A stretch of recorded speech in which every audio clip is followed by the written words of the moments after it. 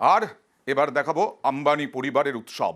অনন্ত আম্বানি রাধিকা মার্চেন্টের pre wedding celebration.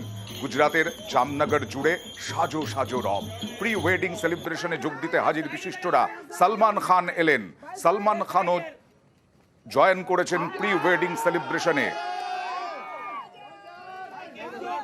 Mukesh Ambani, Nita আম্বানির ছোট ছেলের প্রি ওয়েডিং সেলিব্রেশন। গুজরাতের জামনগর জুড়ে সাজো সাজো রব। আকাশ আম্বানি তিনিও এসে সেলিব্রেশনে যোগ দিলেন।